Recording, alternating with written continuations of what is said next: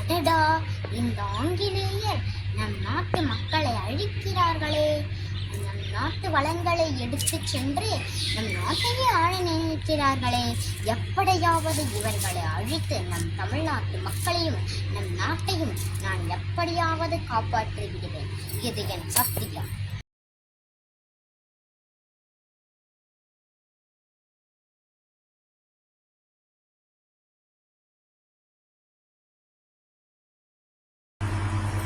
சரி, நான் வாழ்வீச்சு கற்றுக்கொள்கிறேன்.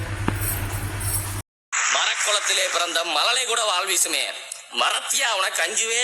வேலும் அம்புகள் யாருக்கு தெரியும், வினோத யுத்திகள் எவருக்கு தெரியும், பரம்பரை வீரர்கள் பாசறை எங்கள் வீர நங்கை நாச்சியார் அல்லவா, வேலு நாச்சியார் அல்லவா.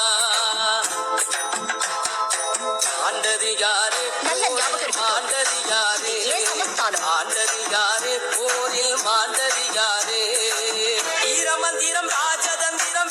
ஆங்கிலேயரை எதிர்த்து போராடிய முதல் பெண் பேரரசி வீரமங்கை வேலு நாச்சியார். வீரத்தை வாழும் திராவிட நாட்டை வெல்றவர் கிடையாது, வேலும் வாழும் தாங்கிய மரபர் வீழ்ந்ததும் கிடையாது. வீரத்தை வாழும் திராவிட நாட்டை வெல்றவர் கிடையாது, வேலும் வாழும் தாங்கிய மரபர் வீழ்ந்ததும் கிடையாது.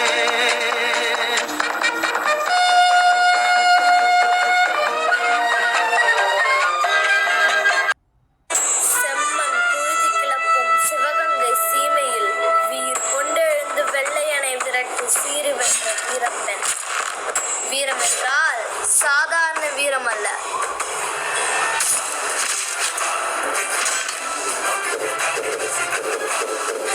ஒரு ஆணுக்கு நிகராக ஆயுதம் ஏந்தி கிட்டத்தட்ட 10 மொழிகளை கற்று ஒரு போர் வீரனுக்குரிய அனைத்து தகுதிகளையும் பெற்று வீரத்தின் விட்டாக பெண்ணினத்தின் அடையாளமாக ஆங்கிலேயருக்கு எதிராக ஆயுதம் ஏந்தி போராடிய முதல் இந்திய பெண்மணி, சுதந்திர தேவியாய் அரசாண்ட தமிழச்சி, சிவகங்கையின் பேரரசி வீரமங்கை வேலு நாச்சியார்.